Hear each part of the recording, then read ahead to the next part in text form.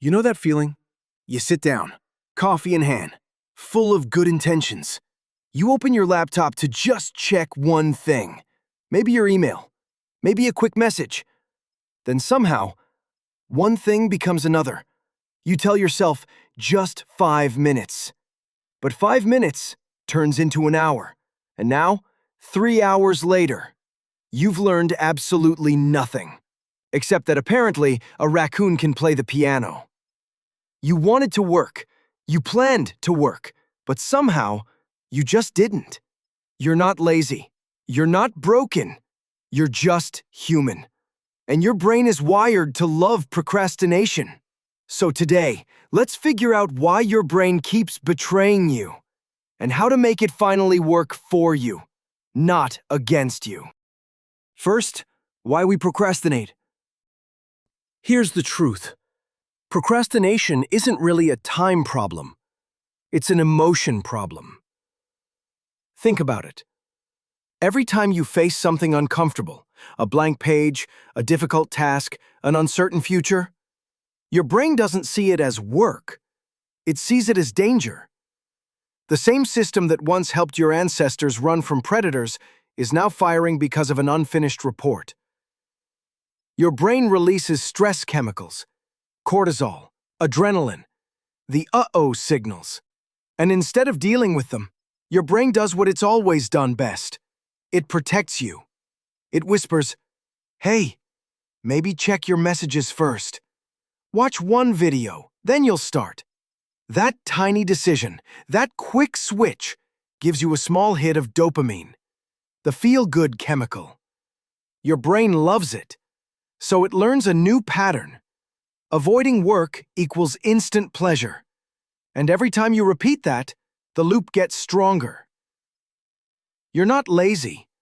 You're just reinforcing a reward system that's doing exactly what it was designed to do. Think of your brain like a puppy.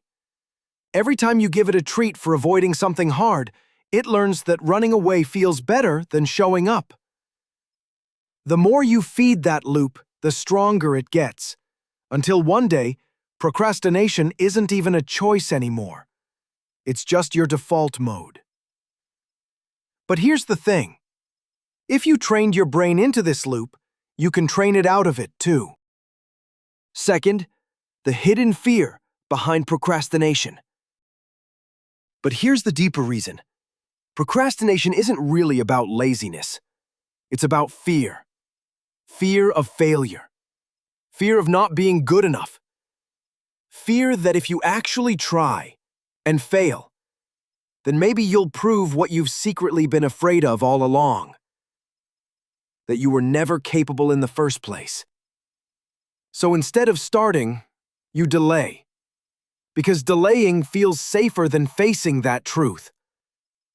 As long as you haven't started, you can still tell yourself, I could do it if I really tried. And that tiny lie gives you comfort. Just enough to escape the pressure. But comfort has a cost. Because every time you avoid that thing you fear, you teach your brain one lesson.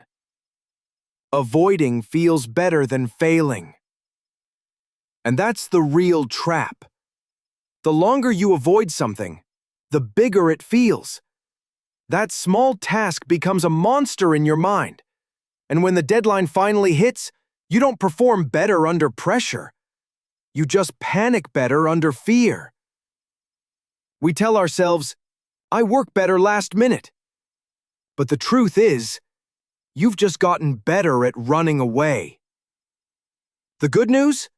You can unlearn that fear. And it starts by doing the smallest thing, right now. Third, how to outsmart your brain.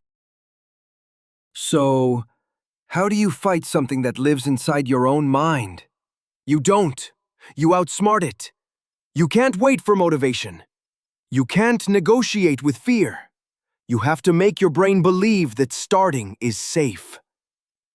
1. The 2-minute rule. Here's where you start. The 2-minute rule. Tell yourself, I'll just do this for 2 minutes. That's it. Because your brain doesn't hate working, it hates the idea of starting.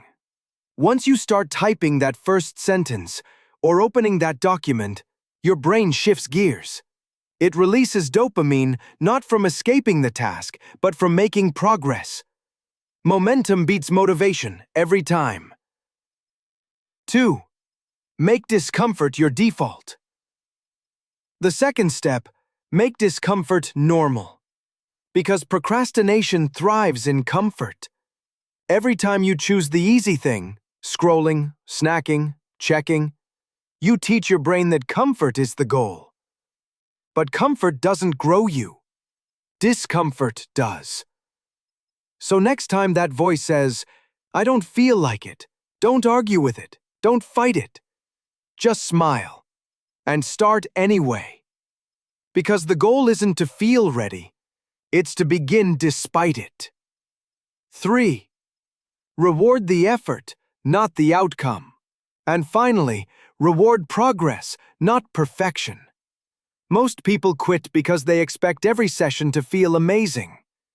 But real productivity isn't glamorous. It's messy, it's slow, and it's boring. Don't celebrate finishing, celebrate showing up. Because that's where your new identity starts. Not as someone who avoids work, but as someone who starts anyway. Remember, your brain is just a tool. You can train it. You can teach it. You can make it crave the things that once scared it. And when that happens, procrastination doesn't disappear. It just loses its power over you. And last thing, the reframe. Here's the truth that nobody tells you. Your brain isn't the enemy. It's not trying to ruin your life or destroy your goals. It's just trying to protect you from discomfort, from failure, from the unknown. But growth doesn't live in comfort. It lives in that tiny, painful space between fear and action. Every time you choose to start, even for 2 minutes, every time you sit with the discomfort instead of escaping it, you're rewiring your brain, teaching it that the unknown isn't dangerous. It's just new. You don't need more motivation. You don't need another self-help book. You just need to start. Right now, for 2 minutes. Because once you take that first step, your brain finally realizes something powerful. Oh, we're doing this now. And that's how procrastination loses. Not with one big victory, but with 1,000 tiny starts. Don't wait to feel ready. Start before you're ready. Because action creates clarity, and clarity kills procrastination.